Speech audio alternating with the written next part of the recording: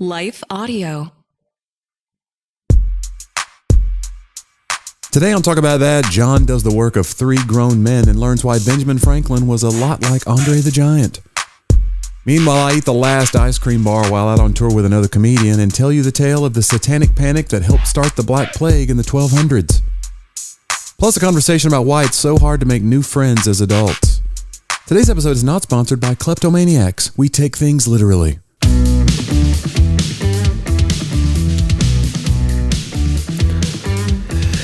Hey, it's John and Johnny. Another episode of Talk About That. Maybe we're back again. We're out here. Consistency. Consistency. Yeah. That's the name of the game. People like to think that what we do is easy. And you know what? Podcast equipment should be more expensive. You know, it did take us a long time to get this operation. It should be harder to get a hold of something that you could broadcast your dumb thoughts into the world. I think maybe you forget all the stages. What you hope is, well, the people whose thoughts shouldn't be heard in the world, they'll be weeded out, and it won't work out. Right. But it's just not true. It's not true anymore. And I don't know which one of those we're the example of, but we're the ones who didn't get weeded out because we rose to the top, we're worth hearing, or we didn't get weeded out because it's just not that great of a process anymore. I kind of think that Who's doing the weeding? Because most of my things are just pure stubbornness. I just go further than I should, longer than I should have. You know what I'm saying? Yeah. Yeah, I don't know what you want to call that. Tenacity, grit, foolishness. Who knows what it is? There's a fine line. Yes. There is a fine line. But that's okay. We're out here. I bought your lunch today. I want credit. You did. I want credit on the air. You did. You used a gift card. But that means someone bought your lunch. But I'm saying I could have used it for myself. Somebody gave you money. Could have been 2 meals to for go me. Eat it. Who gave you the gift card? Rob Harris. It was in my little gift. Remember I told you I got a little gift basket from my scooter debacle? Okay. It had all kinds of fun, cheeky little gifts in it. It had a Batman mask, and it had like a book. It had a coloring book about like, so you've got a new nose now. Like if you've had a nose job, Okay. which I didn't need a nose job, thank God, but because it was broken, it was fractured, but not completely displaced. So I didn't need it. Want that. But it said like, it was all of these drawings, and you could color in. It was like, my new nose, getting used to my new nose. I don't know where he found this book, but there was a lot of really funny little cheeky things in there. And one of them was a gift card to Longhorn. And I was like, we go to Longhorn quite a bit. That's where we usually go to do our little podcast prep meeting. So I thought today, you know what? I'm going to bring this card with me, and I'm going to surprise John. And then I want full credit on the air for it. I would like to say it meant a lot to me. Yeah. And you seem really I haven't said anything negative about it. No. At all. No, I do appreciate it. But Great. you're right, it was a gift, but then I could have used the gift for your myself. Other real friends. Yeah. Right. Or just myself. I could have bought 2 meals for myself with it. At once? Oh, no. Yeah. That would just be superfluous. That is. Wasteful. Keep bringing it. Every now and again on the road. Until this card's empty, I want you to fill this table. So when you're on the road and there's a tour manager, they send out text message in the thread. You'll have a thread with everybody that's on the bus or whatever, and they'll be like, here's the menu for tonight. Yeah. And you're kind of like, everyone's in the thread seeing what you're ordering. And like, whoever the headliner is that's paying for this, you kind of, sometimes you want to be a little careful. Steak and lobster. Right. You want to be a little careful. So you're like, but you're also watching. And sometimes you start feeling yourself a little bit. You've been doing a tour for a long time. Like, I know some headliners who have traveled with the same openers forever. And then if I go out, I'm just there for that week. Yeah. I'll watch them and I'm like, God, this guy's getting. But I remember being out with one guy and somebody got 2 entrees. Oh. He goes, blah, blah, blah, and this, and dessert. And I was like, dude, this ain't your money. See, but I would want to not be the cheapest guy and not be the most expensive. I would want to find. Yeah. Why do you not want to be the cheapest guy? Because to me, you want to add value. You're saying, you're saying like, I'm small potatoes, so bring me the small potatoes. You know what I'm saying? Like, you're acting like I don't deserve to be here. And I fundamentally just by your food order, you think that there's I fundamentally already believe I don't deserve to be here, so I have to fake that. So it comes off like imposter syndrome. Right. You're saying if you just order the cheese sticks, don't mind me, just bring me. I'll just have a cheese crackers. stick. Yeah, I'll just have a cheese stick, and that's all I want. Yeah. There was one meal with John. I was out with John Christ last week, and I remember I got one meal. I just didn't like anything of. There was the meats were all weird, and it was all like stuff I didn't understand. It was a fancy restaurant. Yeah. So I was just like, they had like a cheddar biscuit, and they had like some kind of fingerling potatoes. And I was like, I'm just going to do that. But it was still a lot of money, and I was like, this is all I really want. But I'm sure I looked like the carb king. Yeah, that's a lot of... But then, you know what's funny? It's a nap waiting to happen. Because it wasn't as much money as other people's entrees, I did go back because I looked at the desserts, and they had like a chocolate ganache tart thing. And I was like, can I also get a chocolate ganache tart? And then in the thread, John goes, ha, ha, ha. He ha-ha'd it, and I was like, oh, no. Oh. So I had... And what's funny is I didn't get the chocolate tart. They fell through the cracks of the order. So you got blamed for it. I got ha-ha'd. And then you didn't get to eat it. Like, look at the guts on Johnny here trying to get a chocolate tart out of me. And then, so I made a point of mentioning on the bus, I was like, by the way, I never got my chocolate tart. So I'd just like to say, yeah, your ha-ha can go bye-bye. But he had a box of Snickers ice cream bars on the bus. Ooh. And he's eating one, and I go, where are you getting these? And he goes, they're right down here if you want one. And so I got one, and then the next day I go, and the box is still, it's a box of like 5 or 6. And I go and I reach in. He's in the hotel or somewhere. It's the last one. And I go, do I take the last? He told me about these. He told me it's fine. Who else did he tell? After the show that night, he goes looking for that box. No. And I'd taken the last. And if he's listening, there's no way John's listening. But if he is, I'm sorry, John. That was probably I knew it was the last Snickers ice cream bar. Why don't you I'm not the headliner. Do you ever like Uber Eats food to the bus? Well, there's no need. There's food everywhere. Well, you could have replaced that. Oh, you're right. You could have I could have gone to the store. DoorDash from a grocery store or something. But it was like there was like 12 hours left in the tour for that weekend. But the man wanted on his own tour. I didn't know. I thought, well, maybe he's good. Maybe his sweet tooth is satiated. Wow. But no, he went looking, and Turns he goes, out your sweet tooth. He just goes, they're all gone, and I just was like, I just kind of was like, because it was like, what do you know? What do you think? Maybe something. I'm sure the person didn't mean to. Whoever it was, I'm sure you should go easy on him. Yeah. Hey, so I don't want to get into this. Oh, okay. Into where it could go. Right. But I want to talk about the fact that I had a volleyball trip. My daughter and I, she did a beach camp, prospect camp in Salisbury, North Carolina. Where they make the steak. Right. You come for the steak. Wait, stay for the volleyball. Yeah. Anyway, I messed that up. Yeah. So you left covered in mushroom gravy. It was a disaster. Go ahead. So literally, we had all this time. Yeah. And my daughter was like, let's go see the Michael Jackson movie. Okay. And so I don't want to talk about Michael Jackson. I want to talk about what the legacy. I don't. Right. It's. Listen, we do important things on the podcast, but I don't think we're ready just to dive into that. And do we separate art from artist? Is that what we're going to do? No. I don't want to do that right now. So I'm not saying that I endorse anything about it or whatever. I'm just going to say this. Boy, this is too many qualifyings now. Sorry, Jafar Jackson. No relation. Yes, nephew. Oh, is he really? Yeah, you didn't know this. No, I didn't know this. That's why he's a dead ringer then, right? I forget which brother. It's one of his sons, obviously. Yeah. This is the nephew. Dead ringer. It's like you're watching Michael Jackson. And apparently, my daughter's researched this a lot. The man took 2 years. Yeah. And worked with all of Learn all the dances. All of his choreographers, everyone. Sure. And had every move down pat. And it was like, however you feel about Michael Jackson or his music or whatever, it was like watching him. Yeah. It was crazy. I remember when the What's Love Got to Do With It came out in the late 80s. And who was the star of that? She was in, she was in that Waiting to Exhale movie. Angela, I can't remember her name now. Anyway, whoever played Tina Turner in that movie, look it up.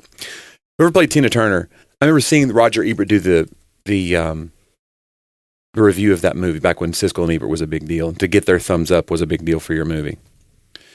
So he goes, there's a scene in it where Tina Turner has a cameo. The real Tina Turner comes in one of the courtroom scenes as like a court stenographer or something. Yeah. And it's like a little cheeky, the real Tina's there. And he goes, it was so strange. He goes, it took me out of the scene because I felt like I didn't need it. I felt like I was watching Tina Turner. That's how good the performance was. Wow. And I think that's what you're saying is like, it was that good. You're like, you felt like you're watching Michael Jackson. It was like, this kid is doing what Angela Bassett.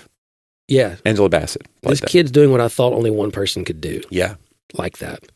I mean, the stand on his toes, all of it. Well, I could stand on my toes. You hear a lot of cracking. Yeah, so my toes would break Buddy, my foot's still not fully healed from the scooter thing. So you haven't moonwalked in a no, I think my moonwalking days may be over. Yeah. I'm more likely to walk on the actual moon than to do a moonwalk. Yeah. That's good. But I think what the reason is I think I tore my plantar fascia. Oh no. And I think it's just not, it takes that long to heal. It's going to take 6 or 7 weeks for it to fully heal because it's like in the middle of my foot. Yeah. And I think I just tore it. And so there's a little bit of a burning. Like if I go a long day, I feel it at night aching, and then I wake up the next day, it's a little stiff still. Yeah. So my limp is way better. I mean, I got to run through these airports. So you got to have you got to have some, you don't need a hitch in your giddy up, John. Yeah. But it's getting there. But I think that's what happened. But yeah, moonwalking, it's not standing on the, I used to try the Pee Wee Herman dance. Remember the Pee Wee Herman? Mm-hmm. When he sings Tequila and he dances on the bar top in Pee Wee's Big Adventure? Yeah. I had some shoes that were really stiff at the points, like some old ponies or Pumas. Yeah. And I could stand on them and they wouldn't crumple. Yeah. And I would toe walk to impress people, to make people laugh, even as like a 6th grader when that movie came out. I thought you were like super introverted and nervous. No, I had spurts. I had spurts where I would be like, I had funny things to say, and then the people would be like, "That's great, that's so funny. Let's not hang out." So I was like the class clown and not liked.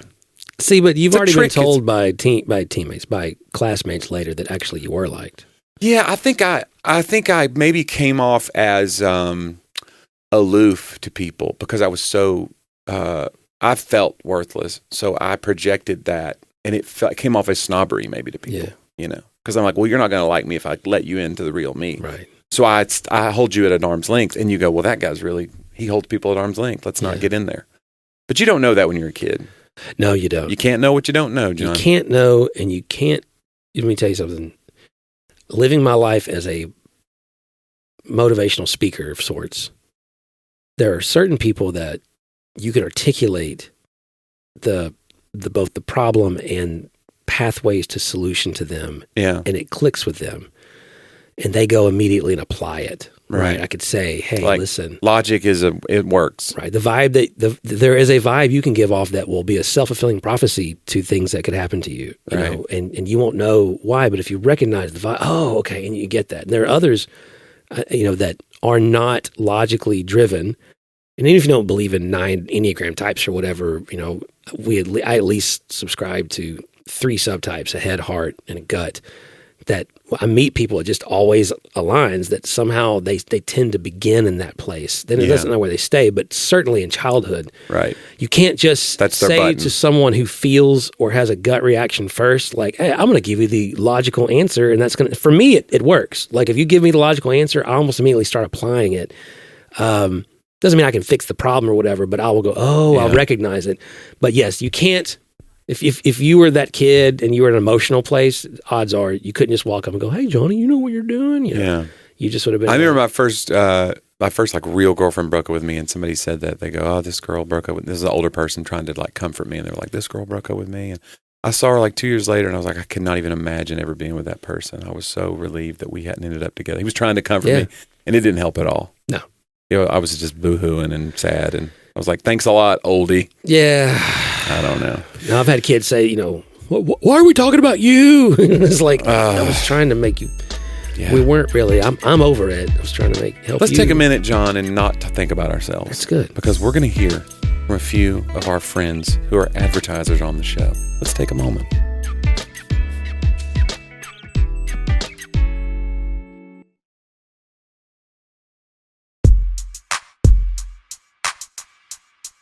That being said, you should try to comfort people, but yeah, please. Because it could be a logical person that could. Yeah. But sometimes you need to know if they're in that triad, and you're like, "This is a head person, this is a gut person." Maybe you go at them with that. I don't know how do you approach that? Well, I think the first thing you do. Logic isn't going to work. It's not that logic doesn't work; it's that you can't just bypass the other things that are there. Yeah, everybody has all 3. It's just a matter of what order it comes in, and if the one is basically, I'm going to use a word like clogged. If your emotions are out of sort, you're not going to be okay until those things. So, I think the number one thing you can do is say, I can validate the feeling. Yeah, and I'm trying to do a better job of that. Like, hey, I can see how. Right, instead of being like this is not the end of the world, you can be like, I can see why you think this is the end of the world. This feels like the end of the world. Right. Yeah. Speak the language. Start there. Feeling. Yeah. Yeah. and just, sit in that. And I'm really sorry that it feels that way. And that's really hard, so. And you're clogged right now. Start with that. Listen, I know you feel clogged. I know you're out. Emotionally clogged. Here, drink this. And I am going to drink this tiny blue drink, and then you're going to have a heck of a night. It's going to be great. I'll pick you up at 6 for the colonoscopy. All right. Hey, Johnny's about that time. Okay. It's my segment. We call it They Talked About That.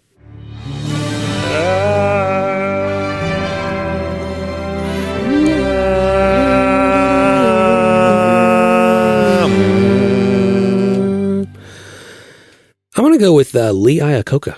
Oh, Chrysler. Yeah, Lee Iacocca. He was the CEO of Chrysler, right? Founder? What was he? Founder and CEO. Yeah. Sorry, yeah. He said, "My father always used to say that when you die, if you've got 5 real friends, then you've had a great life." That's good. He said, "I need 4 more." And then he died. I think I would have heard this quote in my teens and 20s. Yeah. And thought, poor guy. It's another thing where like an old person could say it to you. Yeah. And but you're so lucky that you could be like, "I wish I had more friends." And they'd be like, "But you've got so-and-so and you're so lucky."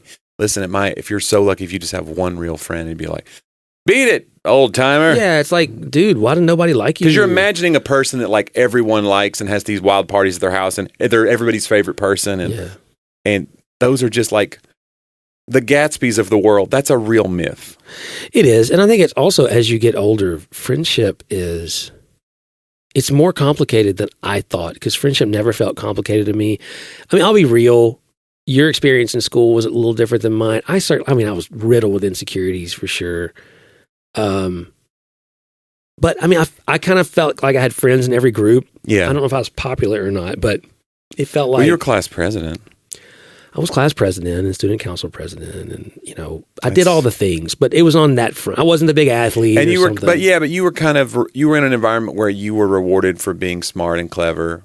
That was highly, you weren't like called a nerd. I think that you were an achiever, and people rewarded your achievements. You know what's crazy is I think people did think I was a nerd. Oh, really? But I think that for some reason it worked because I didn't care. Yeah, and I care fiercely what people think about me. But for whatever reason, it must have been from my dad or something else. My dad and I had this, I'm pretty certain I have perhaps more than a touch of neurodiversity in my own life. And I told my wife the other day, we were driving home from a long trip, but I started working 12-hour days at 9 and 10 with my dad. And dad teaching me how to work really hard, sweat, to see the sun rise and then work until the sun sets. And that feeling at the end of the day, when your feet, are blistered and hurt and you're covered in, because I was mowing grass, right? And you're covered in grass and your weed eater is hot and everything's nasty and greasy and a rock hit you in the face and you're bleeding. And this was my life. What a wonderful feeling. It was. Sounds amazing. And sunburned, and my dad would put his arm around me. Yeah. And we'd walk back to the truck together. And he'd say, "Son, today you did the work of 3 grown men. You are worth more than 3 grown men to me today, and I'm proud of you." Wow. And it was never just perform for dad's approval. There was 3 other guys behind the argument. I was just crying. "We can hear you. We heard that. They threw the rock. It didn't come off the weed eater." It wasn't a weed eater. It was but I think somewhere in there, dad put me in motion working. Yeah. And I just always was I think the thing it taught me the most was, and it wasn't patience, but it was I learned how after, I don't know, by the time I was 15 probably, that you get into the first ditch of the day with a weed eater and the sun's barely risen, you feel like, oh my gosh, this is going to take forever. But I'd done it so many times. It's like, hey, it's okay. Just do the next thing. Yeah. And eventually this day will be over and you will have conquered it. And you love it. It was almost like a reward. You're going to love the feeling you get when that thing's done. And that's how I feel about writing books and everything. Yeah. It's not like I'm telling you, I get the same apprehension as anybody else. I will stare at a page for a month sometimes, I need to get that started. But I know the feeling of finishing. Yeah. And I always go, if I just keep going, trust God, work hard, it's going to be okay. And I think maybe that translated into my school stuff some. of like, I'm just going to do what I do. Because I drove, listen, I went to a private school. And there were rich kids there. Yeah. And I drove this nasty old 1988 Plymouth Sundance with defective paint, but it became among like our friend group almost like the mascot. Yeah. And like it was one of those, I wasn't embarrassed to ask a girl out and take her out in the Sundance. Yeah. Because I would make fun of it, or I was proud of it. I would like, I mean, it wasn't, and I think I look back. But to Lee Iacocca's point, how many of those friends do you still consider a couple? your friend? Well, yeah. one. Yeah. Really, one. I have a friend, we stayed on and off in contact, and he was my college roommate. We were each other's weddings, and we talk now almost weekly. But it took a long time. It wasn't always that way. Yeah. But you just go, I think that I thought friendship would be easy, right?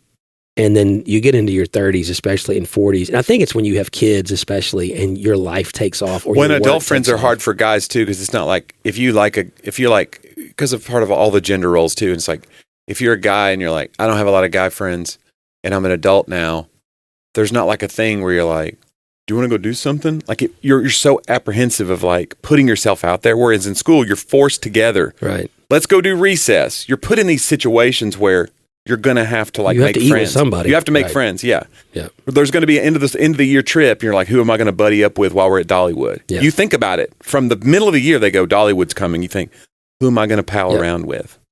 There's not that in adult life. You're not like, I'm going to ask that guy to go play golf with me. Like you have to you put yourself, because what if he says no or thinks you're weird? Right. So the adults just stop making friends, deep friendships. Yeah. Who was it? Ben Rector had a song called "You Can't Make Old Friends." Interesting. And actually, he did the video. It's a really cool moment because he did the video for that song with his old band from high school, and he shot it in his garage. So they're playing all the parts in the song, and because it's all of his old friends. Wow. And he's in he got his old house and his old garage that they used to bang out these, when he was in an awful high school band, and they're playing the song. So it's kind of a cool moment for him. But like, it's hard to make old friends. So it's like, if you've been friends with somebody since high school, it's so much easier to just jump back in because you have that nostalgia. Even if they've changed, and then of course we have, but you have that shorthand with them. Yeah. No, I was thinking of the day, see, you and I met in 1997. Yeah. So it'll be 30 years. Yeah, you were going into your freshman year. Yeah, 30 years. The summer before your freshman year. I mean, dude, to have a best friend for 30 years. Yeah. I mean, and to think about all the stuff you've done to derail it, and still somehow it has really been hard to cut this off. It's like weed eating a ditch. I'm just like, I got to get to the end of this thing. It is. Someday when we're old and dying, I'll be like, I'm glad I did that. I feel like I've carried this thing. I feel like I've done the work of 3 grown men as far as this relationship is concerned. No, I feel like I've been hit with a lot of rocks. Honestly. I did tell somebody. I don't know who it was. I think we were having a serious conversation about friendship in your adulthood, and I said, look, I named you. It's like, I have a few friends. I have Johnny, I have Andrew, in terms of, my guy friends. I have a few friends that I know they're real friends because I know I'm not easy to be friends with. And it's not because I'm not a nice guy or something. I know my life is not easy. And they have never, and we might have tension or hurt feelings or whatever on things, but friendship really is a little bit like marriage in that respect. Is you have to keep choosing it. Yeah. You have to be like, hey, and so as a loyalist for me, like, again, I mean, dude, I'd be so devastated. I would do anything. Like, I'd be like, bro, what do I got to do, to make this right, kind of thing. Oh, I didn't know I had that power. Let's get this thing going. Let's get some negotiations going. But, it's one of those, though, I think that there really is a richness to say, hey, did I have, what we want is 27 real friends. Yeah. If you have 5, and I think that number's gone down. If you got 2, man, if you got 1, like, don't think that you're poor in this world if you got 1 true friend. One thing I really think is interesting is like the people in your life who, when you're around them, you feel like you're the only person in the room. Yeah. I really want that. Like, I want people to feel like they have my undivided attention when they're with me, even if they're not my best friend. Like, there's only a few people I can think of that were really like that. One of them was Travis Wyrick that did our record. Yeah. He had such a magnetic personality, and he was such a great listener. because that's part of the job as a record producer. You're trying to hear what people want, and when you're thinking ideas in your head, and he's always churning. When I saw School of Rock with Jack Black, it reminded me so much of Travis because that manic energy of trying to create. When he's like telling the kids, "No, play this, now play this." Yeah. I was like, "That's Travis." But Travis had that thing of like I bet you 100 people think Travis is their best friend because of how magnetic he is and how giving he is. Yeah, there's a lot of people that think of my wife was one of their closest friends because she's so good at listening and hearing what's going on. And I have to be on to her for like, hey, make sure you don't neglect then what you may need, from others. I will say, like, again, you're the kind of friend, Andrew does this, that I know when I'm spun out.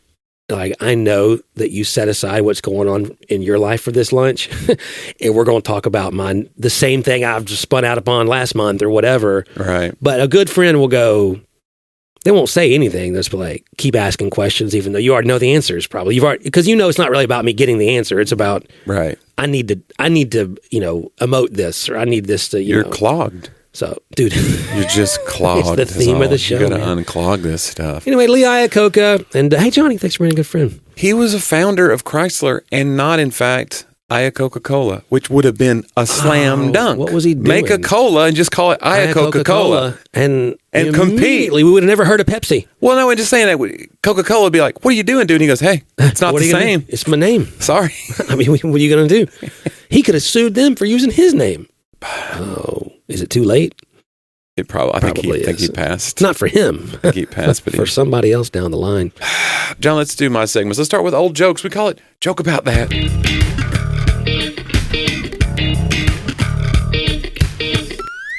John, one day a man went to an auction. There he found an exotic parrot. This is a true story. He really wanted this bird, so he got caught up in the bidding. He kept bidding, but he kept getting outbid, so he went higher and higher and higher. Finally, after the bidding, much more than he had intended, he finally won. The bird was his. As he was paying for the parrot, he said to the auctioneer, "I sure hope this parrot isn't defective. I'd hate to pay this much money only to find out that he can't talk." "Of course he can talk," said the auctioneer. "Who do you think kept bidding against you?" I think I saw that. You saw that one coming a little bit? Yeah. Okay. Yeah. The parrot, I don't know. 40, 45. I don't know. The parrot would have been the auctioneer. That'd been better. Oh, man. That's John's parrot impression. Parrot is an auctioneer. Go. All right, go. Dude, I saw this video. It's one of those like I feel like my Instagram algorithm is now all dog accounts and people who have sanctuary farms for donkeys and stuff. Yeah. I mean, it is like everything I look at is just like donkeys hugging people, putting resting their head and smiling on the people's shoulders. Not seeing someone for a long time. I want to hug a donkey. Yeah. Oh my gosh, the donkeys and these dogs. But I saw this video, and it's an older video, evidently, but it's a true story of this man in Brazil who was just like a farmer. And he lived on the coast of Brazil, and so his backyard was basically a little beachfront. But he was not like rich by any means, but he's walking along the beach one day and he sees a penguin, a Magellanic penguin that had oil spill and could barely raise his head. So he spent like 3 days cleaning the oil off this penguin. And the penguin just stayed in his yard for like months until he was strong enough. And then he took the penguin, put him in his boat, rowed him out to like a nearby island, let him loose. You're free. By the time he gets back home, the penguin's in his yard. Back in his yard. He stays another like 11 months. And then he just is gone one day. And the guy's like, "Well, that was it. We did our part. This penguin's now going to go." And this was like 11 years running when the video was shot, which I think was like 2018 or 2017. For 11 years in a row, the penguin returns twice a year.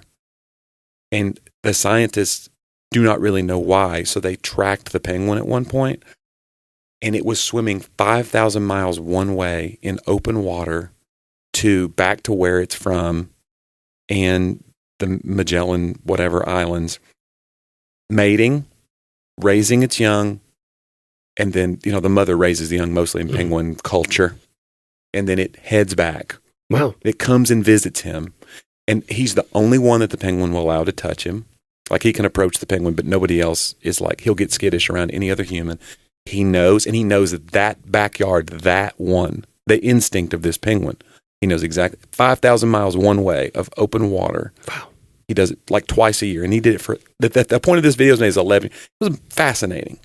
I'm not really like a huge bird guy, but like it makes me like go, Should we be eating chicken? Like, these are smart. Some of these birds, man. And guys, there's stuff going on, man. And it's like Lee Iacocca's dad said, if at the end of your life you've had 5 real penguins. Yeah, they said they did at the end of the video. They said they asked the guy, like, how do you feel about? I can't remember the guy's. Dim is what he named the penguin. How do you feel about Dim? He goes, he did not hesitate. He said, he's like a son to me. Wow. I mean, how could it not be? Right. Your son's not going my son's not swimming 5,000 miles. You think Sadie's going to swim 5,000 miles for you? I don't. Maybe to get away from you. Jeez Louise, John. John, a guy pulls up to a gas station. Okay. The attendant notices there are 5 penguins in the back seat. So I set you up for this. The attendant says, what's going on? You have 5 penguins in your back seat? I know, the guy says. They jumped in at the light, and now I don't know what to do. The attendant thinks for a second and says, I'll tell you what I'd do. I'd take them to the zoo. That's a great idea, says the driver. A week later, same driver pulls in with the same 5 penguins, only now they're wearing sunglasses. What are you doing? I thought I told you to take those penguins to the zoo.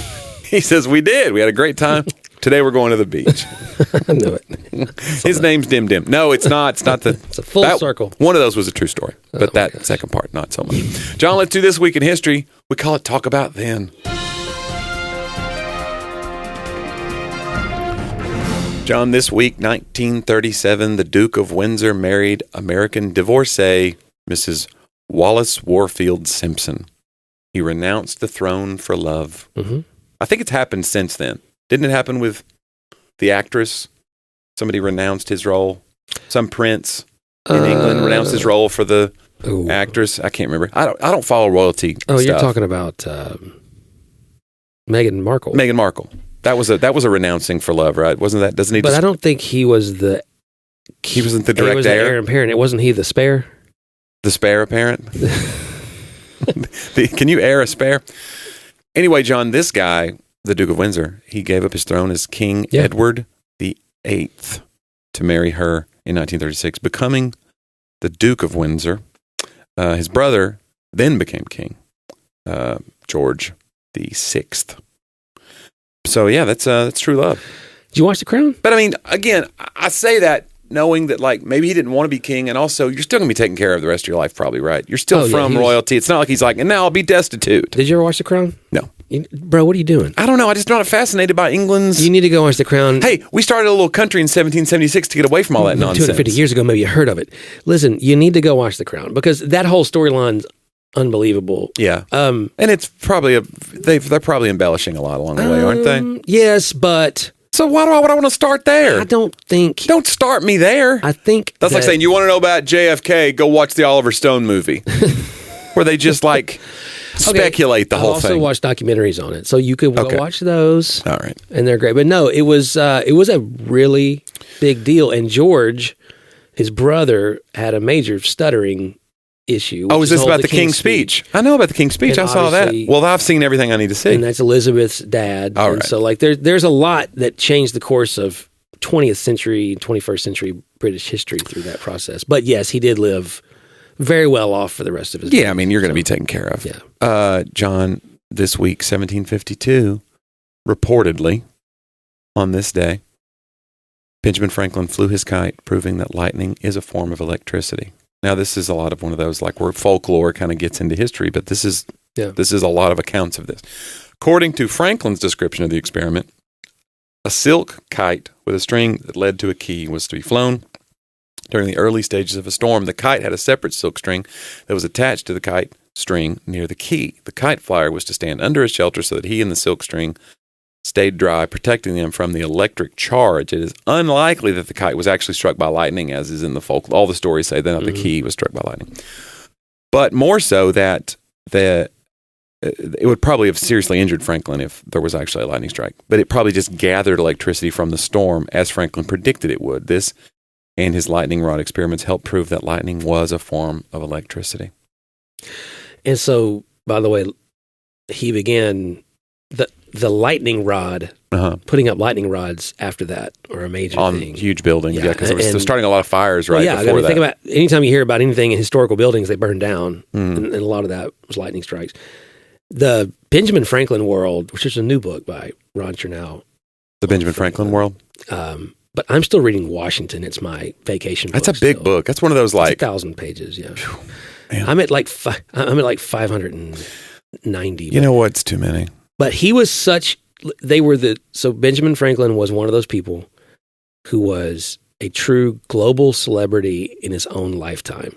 Yeah, there's only a few of those. Yeah. I mean, like in those days especially, but he was the most famous American. Yeah. And the most famous American certainly in Europe. And obviously he was an ambassador to France and was, a lot of the behind the scenes stuff of the revolution.